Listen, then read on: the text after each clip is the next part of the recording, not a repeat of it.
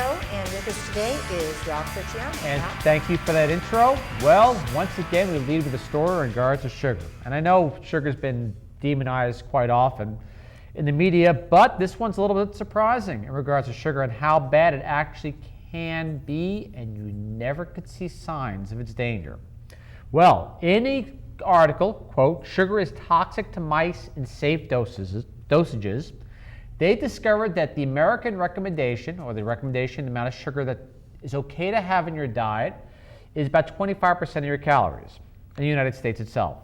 Well, they discovered that safe level, which is basically registered in the United States, is not so safe. When they fed mice diets at 25% of the sugar, which would be the equivalent to 3 cans of soda per day for the average individual, in addition to a perfectly healthy diet, they discovered one interesting thing, that the mice, especially the female mice, who were fed that diet, died at twice the rate of regular mice. And males were a quarter less likely to hold territory, which means because they become lazier, and also less likely to reproduce because they probably become lazier due to sugar. All right, so our results provide evidence that added sugar consumed at concentrations currently considered safe exerts dramatic impacts on mammalian health, mammals being people.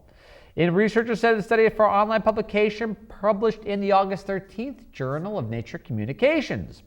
Even though mice did not become obese and showed few metabolic symptoms, the sensitive test, which is a new test they're utilizing, showed they died more often and tend to have fewer babies.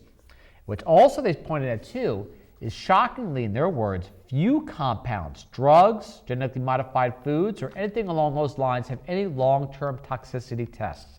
They say virtually none exist. All right, the National Institute of Health and National Science Foundation is what funded the study. The diet fed to mice with the 25% sugar. Added diet is equivalent to the diet of a person who drinks just 3 cans of sweetened soda per day, if they also had a perfectly healthy diet.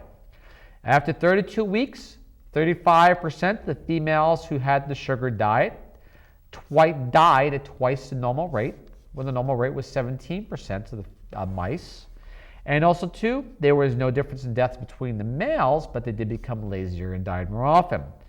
Says they basically, on top of that, they said the study found no difference between mice on the regular diet and mice with the 25% sugar added diet when it came to obesity, fasting insulin levels, fasting glucose, or fasting triglycerides, because they both had the same amount of calories, just different proportions of certain nutrients.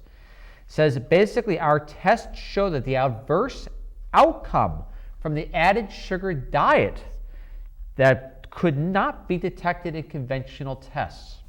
Meaning you could feed an animal or person 25% of their calories from sugar, and they could look in your eyes perfectly healthy, but in reality, they're rotting from the inside out.